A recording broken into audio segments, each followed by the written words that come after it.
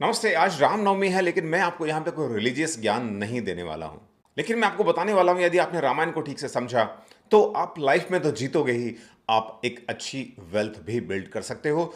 Lessons मैं draw करूंगा भगवान राम की जीवनी से, यानी कि रामायण से, और उसको हम अप्लाई करेंगे हमारे जीवन में एज अ फाइनेंस स्ट्रेटेजीज और फाइनेंस लेसन। वीडियो को एंड तक जरूर देखिएगा, क्योंकि ये आपकी पूरी फाइनेंशियल लाइफ को चेंज कर सकता है। भगवान राम को मर्यादा पुरुषोत्तम कहा गया। जब वो वनवास गए थे तो श्री राम थे, और जब 14 साल के वनवास के बाद जब लौटे तो मर्यादा पुरुषोत्तम श्री राम कहलाए, क्योंकि उन्होंने हर सिचुएशंस में रूल्स को फॉलो किया, चाहे उसके लिए उन्हें वनवास ही क्यों ना जाना पड़ा हो। आज का बिगेस्ट प्रॉब्लम है, लोग पैसा तो कमाना चाहते हैं लेकिन रूल फॉलो नहीं करना चाहते, डिसिप्लिन फॉलो करना नहीं चाहते। सैलरी आती है, आते ही खर्च हो जाती है। एसआईपी लोग स्टार्ट तो कर देते हैं, शुरू तो कर देते हैं, लेकिन कुछ महीनों में बंद कर देते हैं।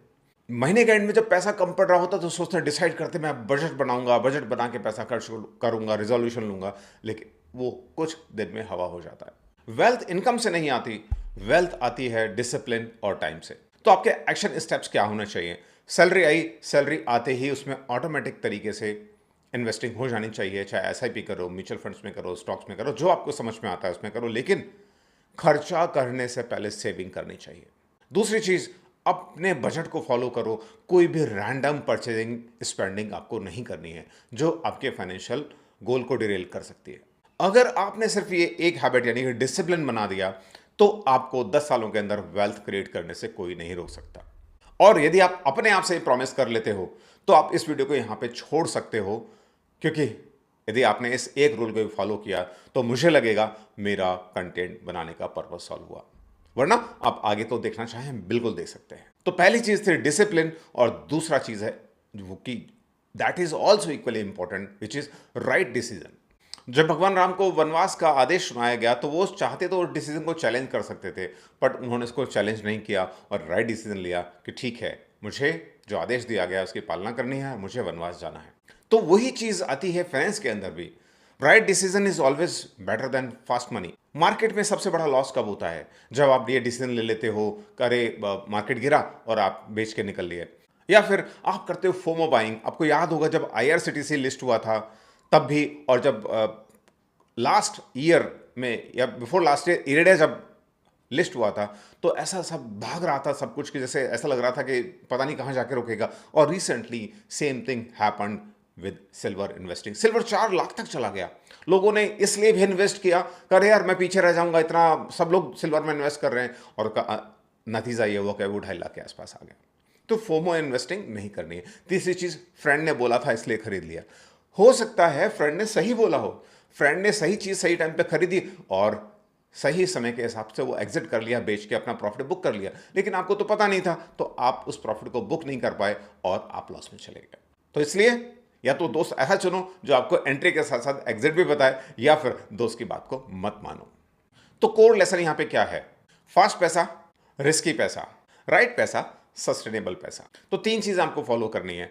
Invest in what you understand, ऐसा वॉरेन बफेट भी कहते हैं। Avoid guaranteed return types trap, ये आपको हमेशा अवॉइड कर देने हैं। और यदि मार्केट गिरता है तो उसको अपॉर्चुनिटी की तरह देखना है, यदि क्योंकि आप तो लॉन्ग टर्म इन्वेस्टर हो। जैसे फिलहाल अभी ईरान इजराइल वॉर चल रहा है, मार्केट बहुत गिरा हुआ है, 10-15% तक गिर चुका है, आगे भी शायद गिरे, लेकिन ये डेफिनेटली अपॉर्चुनिटी है यदि आप 10 साल तक का हॉरिजन लेके चल रहे हो तो अभी भी या नेक्स्ट टाइम भी जब कभी मार्केट गिरे तो ये सोचना शुरू करना कि कहां पे अपॉर्चुनिटी आ सकती है। चाहे वो 2008 का क्रैश रहा हो, 2020 का कोविड का क्रैश रहा हो, जिन लोगों ने उस अपॉर्चुनिटी को ग्रैब किया उनके इन्वेस्टमेंट्स पोर्टफोलियो कई गुना बढ़ गए थे, as compared to those people जिन्होंने पैनिक में सेल कर दिया था।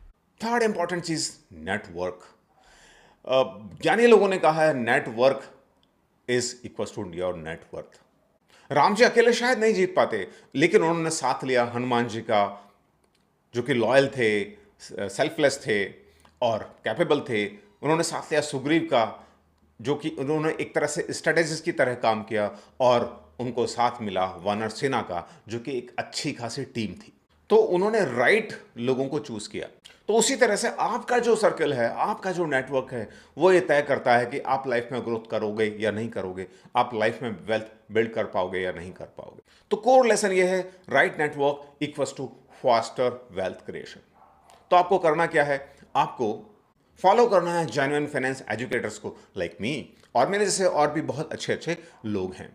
टॉक्सिक एडवाइस, जल्दी पैसा बनाने की स्कीम, इन सारी चीज़ों से आपको दूर रहना है। और आपके पास पैसा है, थोड़ा अच्छा पैसा इन्वेस्ट आप करना चाहते हो, तो थोड़ा सा खर्च करके आप प्रॉपर फाइनेंशियल एडवाइस भी ले सकते हो, या फिर आप उसको सीख सकते हो। लेकिन इन्वेस्टमेंट सोच समझ कर ही करना है। वो कहते हैं ना, सोच कर समझ कर इन्वेस्ट कर। अगर आपका एनवायरनमेंट गलत है तो आपका वेल्थ का फ्यूचर और आपका लाइफ का फ्यूचर दोनों ही गलत होने वाले हैं। फोर्थ इंपॉर्टेंट चीज है क्राइसिस एंड अपॉर्चुनिटी। रावण जब मां सीता को उठा के ले गया तो भगवान राम शुरू में तो पैनिक हुए, लेकिन उसके बाद उन्होंने सोचकर समझकर सही स्ट्रेटेजी बनाई, लंका पर वार किया और रावण और उनके पूरे साम्राज्य को खत्म करके मां सीता को वापस लेकर के आए। तो मार्केट यानी कि फाइनेंस से इसको हम यदि कंपेयर करते हैं तो वॉर मतलब फाइनेंशियल क्राइसिस है। यानी कि जब भी कोई क्राइसिस आती है, मार्केट गिरता है, तो वहां पे हमको अपॉर्चुनिटी ढूंढनी चाहिए। लोग डर के मारे बेच देते हैं, लेकिन समझदार लोग वहां पे नया पैसा इन्वेस्ट करते हैं। तो जब भी आपकी लाइफ में क्राइसिस आती है या मार्केट के अंदर जब भी फॉल आता है, तो आपको करना क्या है। सबसे पहली चीज, इन्वेस्ट करने से पहले आपके पास दो चीजें बहुत जरूरी होनी चाहिए। पहला, आपके पास इमरजेंसी फंड, यानी कि 6 महीने के खर्चे के बराबर आपके पास फंड होना चाहिए। जैसे आप 50,000 रुपये पर मंथ आपका खर्चा है, तो 3 लाख रुपए के आसपास आपके पास एफडी में, सेविंग बैंक में या लिक्विड म्यूचुअल फंड में जरूर होना चाहिए। उसके बाद आपके पास होना चाहिए आपका लाइफ का insurance, term plan, pure term plan, और आपके पूरे परिवार का एक अच्छा हेल्थ कवर। और फिर तीसरी चीज आती है इन्वेस्टिंग, कि जब भी इस तरह की क्राइसिस आ रखी है तो आपको अपने एसआईपी को रोकना बिल्कुल भी नहीं है। इनफैक्ट अपने इन्वेस्टमेंट्स को बढ़ा देना है as per your risk appetite और आपकी इन्वेस्टिंग कैपेसिटी के हिसाब से। एक चीज याद रखना, यदि आप क्राइसिस में यानी कि मार्केट क्रैश में टिक गए तो आप अपनी लाइफ में भी टिक जाओगे। और ये बात लाइफ में भी लागू होती है कि आप उस क्राइसिस में किस तरह से बिहेव करते हो, क्या आप एक्शन लेते हो, वो डिसाइड करते हैं आप लाइफ में कहां कितना आगे जाते हो, या जीतते हो या हार जाते हो। रामराज यानी कि फाइनेंशियल फ्रीडम। रामराज क्या था? एक balance, prosperity and peace of mind. Financial freedom भी वही है, पैसा हो, स्ट्रेस ना हो, फैमिली खुश हो और फैमिली को देने के लिए आपके पास बहुत सारा टाइम हो।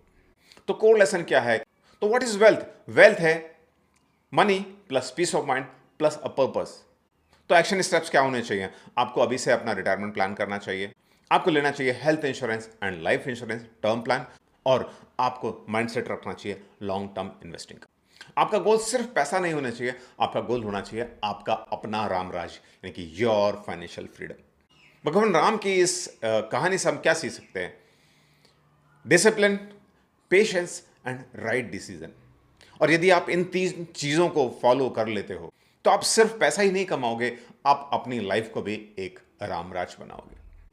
मैं कोई बहुत बड़ा एक्सपर्ट नहीं हूं, ना धर्म का ना फाइनेंस का, लेकिन फिर भी मैंने अपनी समझ से ये बात आप तक रखने की कोशिश की है। आपने किसी भी एक चीज को भी इसमें से फॉलो कर लिया तो आपकी लाइफ में अच्छे खासे चेंजेस हो सकते हैं। आपको ये वीडियो पसंद आया है तो लाइक करिएगा, चैनल को सब्सक्राइब करिएगा, मुझे फॉलो करिएगा इंस्टाग्राम पर। और यदि पसंद नहीं आया है, ये आपका कोई सजेशन है, फीडबैक है, तो कमेंट में जरूर लिख के बताइएगा, ताकि कंटेंट को और अच्छा बनाया जा सके। मिलते हैं अगले वीडियो में, तब तक के लिए जय श्री राम, जय हिंद।